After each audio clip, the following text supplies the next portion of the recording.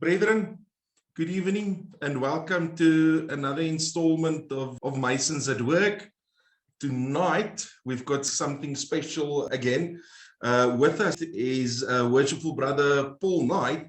He's the District Grand Master for the Grand Council of Royal and Select Masters of South Africa. And he's going to be chatting to us about that a bit tonight. It's one of those orders that I myself don't know too much about. So again, this is going to be an interesting one, and I'm sure a lot of us has been looking forward to this. Brother Paul, I think everyone is in. Over to you. Thank you, Brother Mike. Good evening, brethren all. Thank you for your attendance, and I hope you're going to find this interesting. Before I start, I would like to thank the three presidents for inviting me to take this evening. If you are confused, they are the president of the Board of General Purposes, which is the craft, Worship Brother Lance Epstein, which I understand is recovering from a minor operation. We wish him well. The president of the Committee of General Purposes, RA, which is Worship Brother Richard Moore, and the president of the Board of Benevolence, which is Worship Brother Chris Adams. I applaud them all for this initiative. Right, let's get down to it. I have been invited to give you a short talk, an emphasis on short, on the Royal and Select Masters Order, more familiarly known as the Cryptic Degrees. Let's first ask your question. Why did I join Cryptic Masonry? Interesting question. For those that know me, the answer has always been obvious. I am and always will be an inquisitive person. And the question will always be, what is next and what will I learn on this, my Masonic journey? This has always been my reason for moving forwards and onwards. I've been very fortunate in my Masonic career in that I had some very good mentors or guides in my earlier days. They pointed me in the direction of the Royal Arch, which was the 19th of September, 1993, then followed by the Mark on the 13th of October, 1993. I did join another couple of orders before joining Delta Council of the Royal and Select Masters of South Africa on the 15th of April, 1999. You get exalted into the Royal Arch and you wonder, what happened? It is so completely different. I had just completed my first time in a craft chair and I started progressing in Royal Arch Masonry and had also completed my mock chair. Due to something that I had learned in one of the orders I had just joined, I was intrigued with what happened in the period between the third degree and the start of the Holy Royal Arch, the period of approximately 500 years. After asking my mentors what had happened, I was told that it was time for me to join the Cryptic, and in due course, all would be explained. Let me now discuss quickly the formation of Grand Council and a very brief history of the order. The Grand Council of Royal and Select Masters of England and Wales and its districts and councils overseas were formally constituted on the 29th of July 1873 by four councils chartered just 2 years earlier by the Grand Council of New York. Next year it will be our 150th anniversary of the foundation of the order, and I am brought to understand from Mark Mason's Hall that there will be some form of celebration. Details to follow. They organize themselves into a sovereign body and under the patronage of the Reverend Canon G.R. Portal, the past Grand Master of the Mark Master Masons. Just as an aside, the Mark Benevolent Fund came into existence in 1968 on the suggestion of the same Reverend Canon G.R. Portal, who was then the Grand Master of the Mark. His views on charity felt that for charity to be effective, it had to be dispersed swiftly and without the bureaucratic formalities of other Masonic charities. To him, it was wrong for there to be any delay in providing assistance to those in need, and his own Latin tag, excuse my Latin, vis dat quia cito dat, he gives twice who gives promptly, became and still is the principal guideline of the Mark Benevolent Fund. The Reverend Canon Porter was installed as the Grand Master of the Order. By the turn of the 19th century, there were 27 councils, and a similar number of consecrated by the end of the Second World War. The order then grew rapidly, and with the numbers on the roll at the end of 2020 being over 247 councils, broken up into 25 districts, 2 inspectorates, and 17 unattached councils. The original councils met in Red Lion Square in London, moved to Great Queen Street, which is today Connaught Rooms. The order is now administered from Mark Mason's Hall at 86 St. James's Street, London.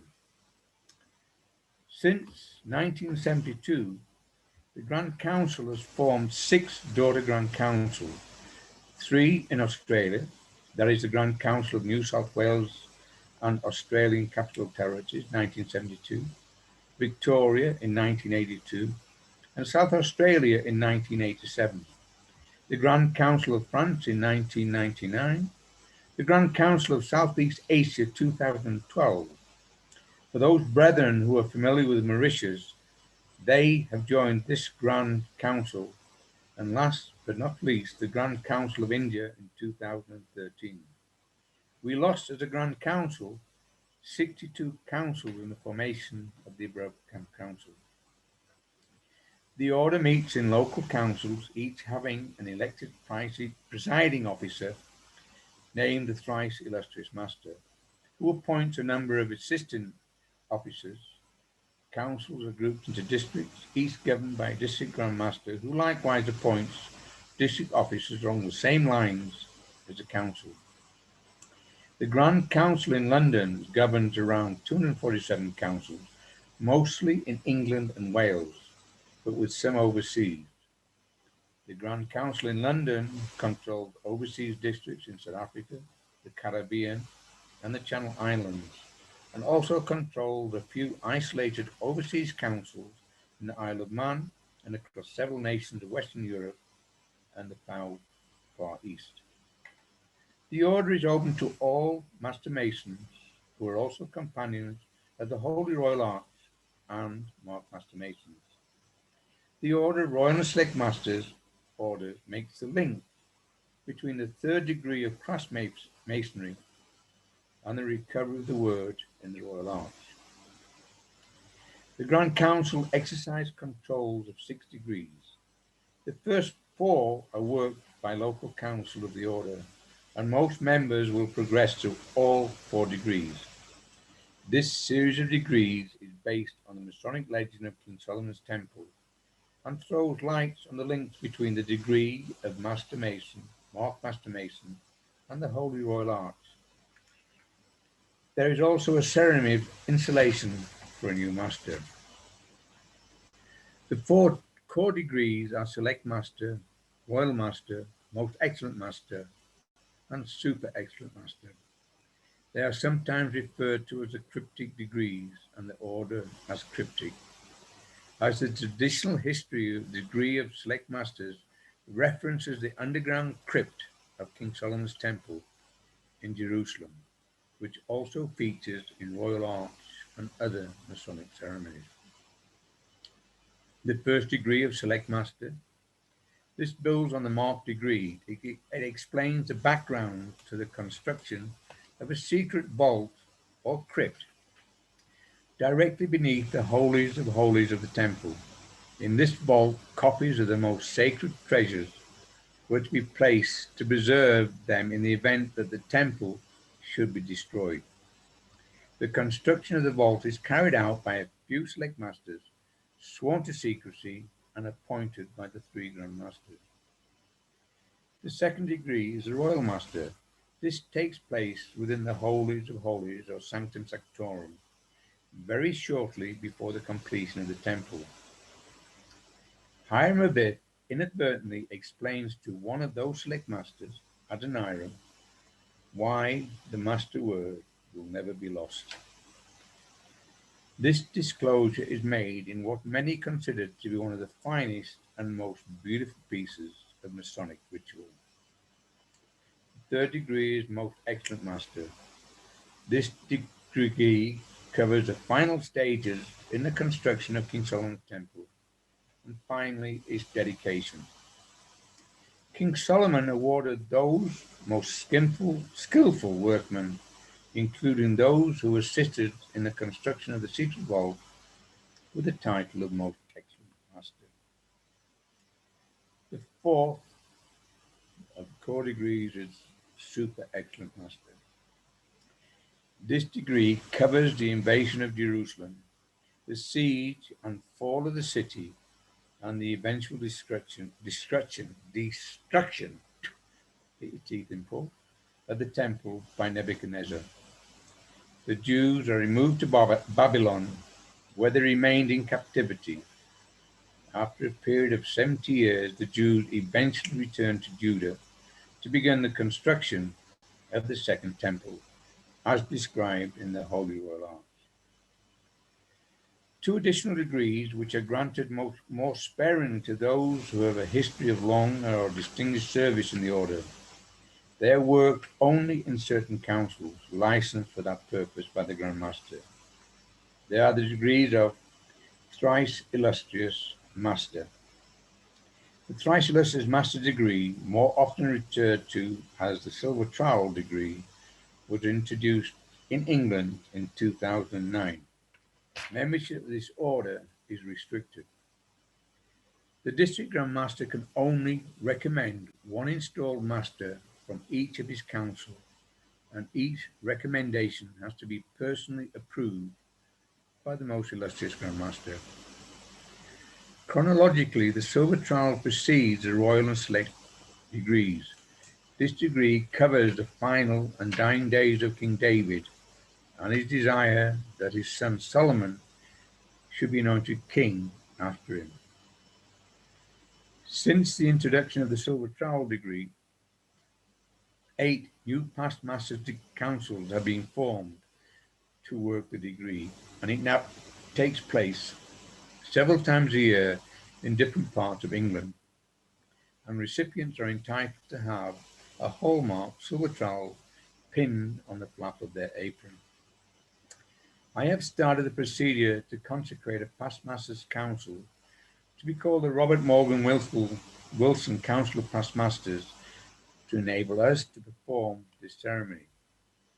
At this time, we have 3 silver trowel masons in South Africa. We need Grand Council to come out and perform the ceremony for another 8 of our companions, and then we were able to do them ourselves. The other degree is Excellent Master. It has been agreed with the Masonic authorities in Scotland that the degree of Excellent Master, otherwise known as the Passing the Veils, may be conferred under the Grand Council of the Order of Royal and Select Masters. The ceremony may be considered as emblematical of the wanderings of the Israelites in the wilderness and of their return from Babylon to Jerusalem. The decree of Cyrus for the Jews to return to Jerusalem and to rebuild their temple was given in 538 BC, the year after he had taken Babylon, and it is the setting for the Excellent Master degree. Candidates for this degree must be installed masters and have received the order of the Silver Trowel previously. In a similar fashion to the Silver Trowel, recommendations are made by the District Grand Master directly to the Grand Master of the Royal Order of Select Master. Those members of the Royal and Select Masters who have previously taken the Excellent Master degree elsewhere, such as the Scottish Constitution, Irish Constitution, and the Grand Lodges of South Africa, are able to affiliate. Applications may be made directly to the Mark Masons Hall, and it will be necessary to produce a copy of the certificate received from the Masonic Authority which conferred it. Since we opened a new council in Cape Town, and due to the fact that a good percentage of our members come from the Irish and Grand Chapter of South Africa, we have a good number of companions who already have possession of the excellent master degree, and it is my hope that we will be given permission to be able to form an excellent master degree working in South Africa. The emblem of the order is a stylized depiction of the Ark of the Covenant surrounded by a triangle, and the first and last letters of the Greek alphabet beneath is a scroll bearing the motif Ego Alpha et Omega Sum, meaning I am the Alpha and Omega. The regalia is a crimson and golden triangle apron. The Grand Officer's collar and apron bear the emblems of the Order of the Silver Trowel. The Order also features some distinctive jewels. As an initiation, you only need the jewel of the Order on your admission, and you only need your apron when you receive your 4th degree of Super Excellent Master. With regard to the craft, the United Grand Lodge of England's position is that pure ancient masonry consists of 3 degrees and no more.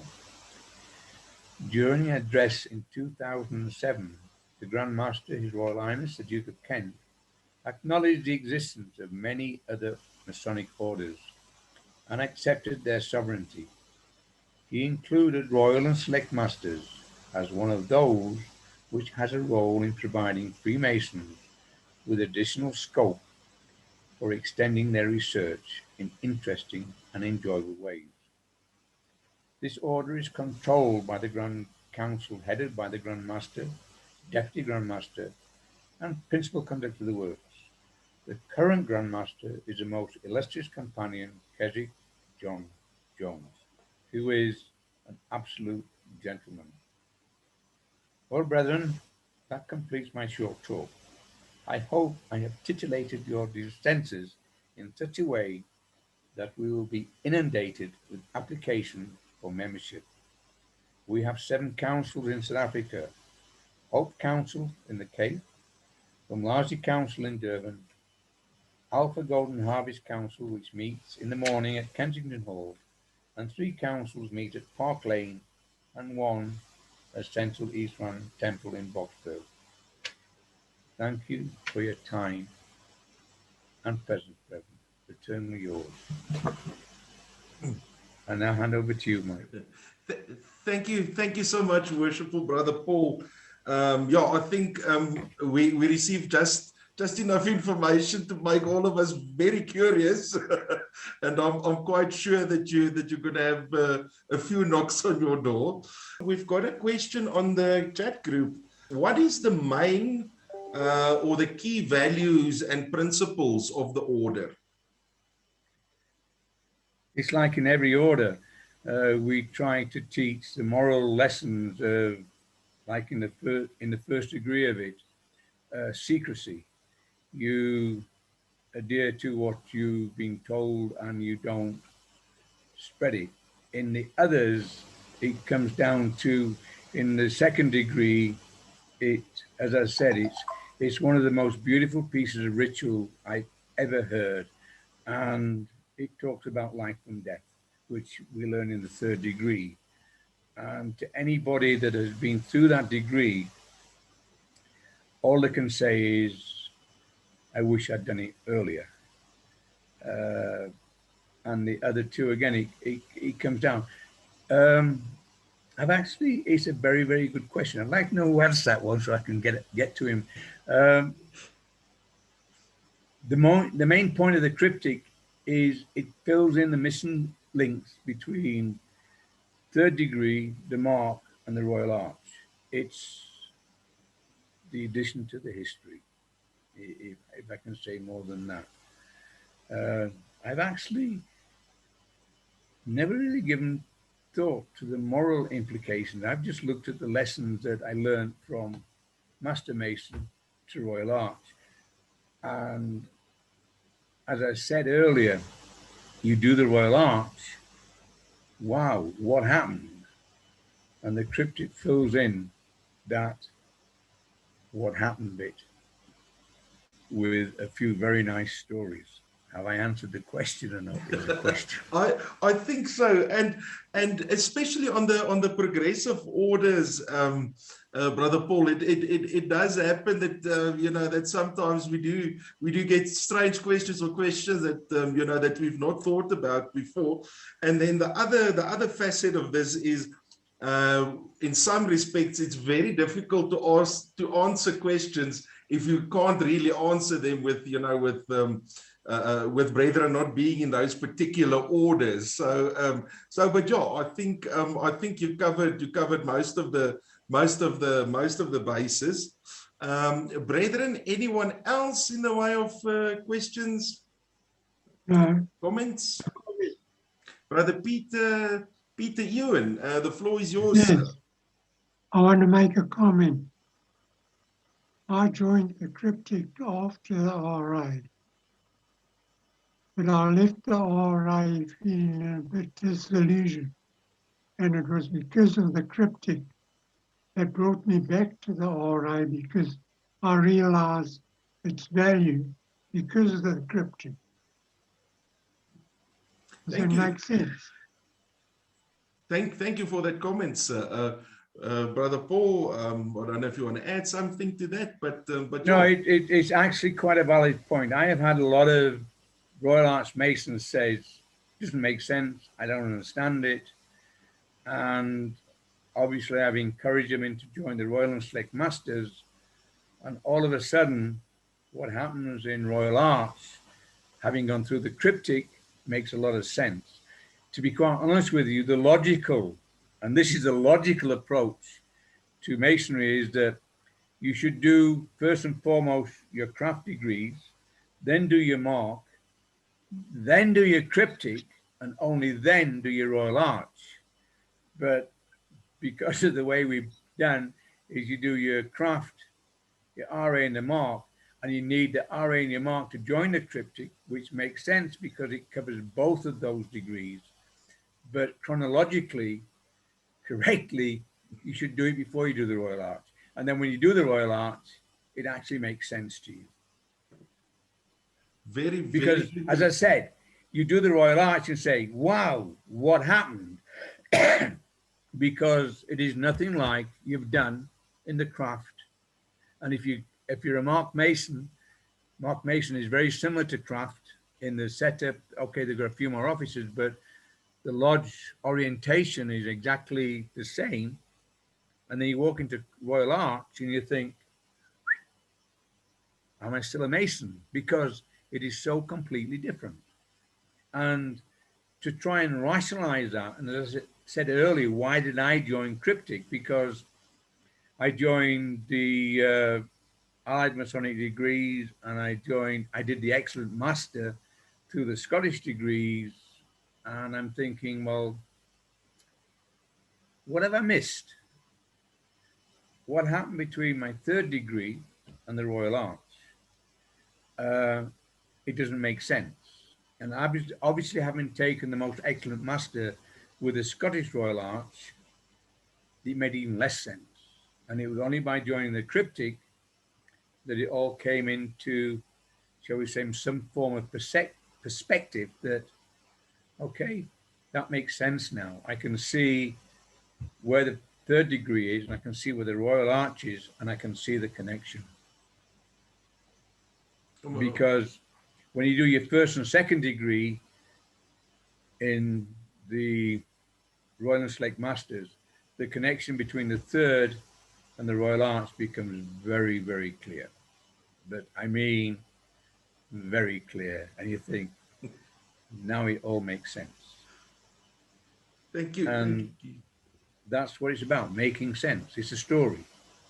That will pique even more of the interest amongst the brethren. I'm sure all of us would agree that if we didn't have day jobs, I think we would literally join every single order within the district. Well, as I explained to you, Mike, earlier on, it becomes not only expensive monetarily, but it becomes expensive in time. And if you have that time I would encourage you to go for it because it adds to the craft. It makes a story complete. Can I ask a question, Paul? No, Jono, you can't. Okay, well, I would like to add. First off, I totally concur with what Peter said. Joining the cryptic, I was lost in RA. I just didn't have a clue what was going on. And lights went on for me all over the place. And it was like a jigsaw puzzle. It pulled everything together. But the question I'd like to ask Paul, the other orders, the Irish, the Scottish, GLSA, what is the requirements for them to join? Because they do different things with the mark and the RA, don't they? Okay, the Irish, Scottish, and the GLSA do have a cryptic council within them, but they only do 3 out of the 4 degrees, which is, and they do it slightly different to us. We start with Select Master, Royal Master, Most Excellent Master, and Super Excellent. The Scottish, Irish, and the GLSA do Royal Master, Select Master, and Super Excellent Master. Don't ask me why.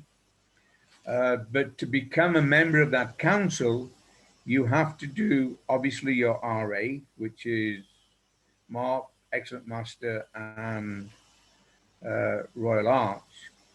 And then you're allowed to join Lodging Council, which means that you'll do your Royal Arch Mariner and the degrees of captivity, and then you'll be allowed to join the Cryptic Council. So it's a lot more long-winded than ours is. Yes, David, you were going to say something. You sat there, Mr. Penrose. I wasn't going to say anything. You know that you don't know just as well as I know that I did my extra master's degree. I had the reason I did the extra master's degree before I joined the Cryptic was because I could not understand why there was a password leading into the Royal Arch that somebody just comes and gives it to you. I needed to find out exactly why it had to be, why it was given. You know, where one normally says to the sergeant, go and prepare, go and instruct the candidate. And I said, why? Why have it if he's just going to be told it? Which is why I then went and joined the Excellent Master in the Scottish. I'm not sorry I did. It brought me into the Cryptic anyway. So, yeah. Mike, I think it would be really wise of you to speak to Carl Michel. I see he's online as well, and ask him to produce a talk one of these days on the Scottish Ancient and Accepted Rite, because he's the Inspector General of Natal Central or Natal Western, Eastern. One of them, but he sits very quietly, and he is probably one of the nicest people to listen to talking about the Rose Quark. Oh, yeah, which is yeah, that's also. I couldn't agree more. Good evening. So Carl, you just switch on your microphone and explain. Yeah, please. The floor is yours, sir. Absolutely not. There are far more erudite people than myself, and they come first to summarize the A&A, not me, sir. I'm not qualified. Chicken. Our new candidate, sir, is the ideal person. Very illustrious brother Charlesworth. He could put that together.